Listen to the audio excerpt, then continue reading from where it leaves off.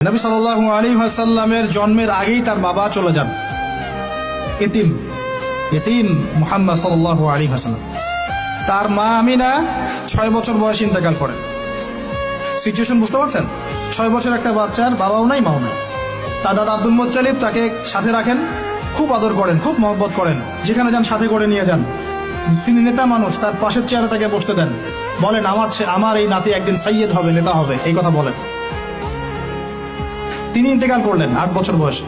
তারপরে দায়িত্ব পেলেন চাচা আবু তালেব। নাম কি? এই 8 বছর বয়স থেকে নিয়ে নবী সাল্লাল্লাহু আলাইহি ওয়াসাল্লাম নবী হয়েছেন 40 বছর বয়সে, আর মক্কায় ছিলেন 13 বছর। প্রায় 53 বছর পর্যন্ত, 8 থেকে 53 বছর পর্যন্ত এই যে লম্বা সময় চাচা আবু তালেব নবী সাল্লাল্লাহু আলাইহি ওয়াসাল্লামকে পাহাড়ের মতো প্রোটেক্ট করেছেন। পাহাড়ের মতো। পাহাড়ের পিছনে আপনি দাঁড়ালে কি বাতাস লাগবে? এভাবে তিনি প্রোটেক্ট করেছেন নবী সাল্লাল্লাহু আলাইহি ওয়াসাল্লামকে। তার সন্তানদেরকে যা খাওয়াতেন তার চেয়ে ভালোটা নবীকে খাওয়াতেন সাল্লাল্লাহু আলাইহি ওয়াসাল্লাম। স্পেশাল রান্না তৈরি করে তাকে ডেকে নিয়ে বসতেন, কারণ এতিম ছেলে, মনে কষ্ট আছে, হয়তোবা সবার সামনে বলতে পারে না, ব্যাপারটা বুঝেন না? তিনি এইভাবে ট্রিট করতেন। এমনকি নবী হওয়ার পরে আল্লাহর নবী সাল্লাল্লাহু আলাইহি ওয়াসাল্লামের বিরুদ্ধে পুরা সমাজ চলে গেল। কেউ গালি দেয়, কেউ বলে সাহের, কেউ বলে কাযযাব, কেউ বলে ফারিকুল জামা। মানুষ গালিগালাজ শুরু করলো, নিন্দা গীবত তহমত শুরু করলো, অর্থনৈতিক বয়কট শুরু করলো, সামাজিকভাবে বয়কট করা শুরু করলো। এমন কোনো অত্যাচার নাই যা নবী সাল্লাল্লাহু আলাইহি ওয়াসাল্লামকে করা হয় নাই। বুঝতে পারছেন কথা? এইরকম একটা সিচুয়েশনেও চাচা আবু তালেব তিনি বলছেন, তারা তোমার দিকে আসতে পারবে না দলে দলে যতদিন আমি আবু তালেব দাফন হচ্ছি না মাটির তলে। কথা বুঝতে পারছেন?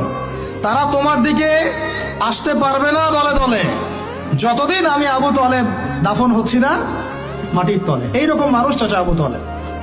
মানে আমরা যারা এখানে উপস্থিত আছি, বাংলাদেশে 16 কোটি মুসলমান, সারা বিশ্বের এই যে এত কোটি মুসলমান, তার মধ্যে বেশিরভাগ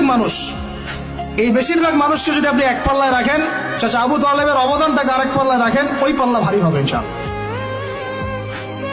কিন্তু শেষ পর্যন্ত চাচা আবু তালেব কালিমা লা ইলাহা ইল্লাল্লাহ করতে পারলেন না। কথা কি বুঝতে পারতেছেন ভাই?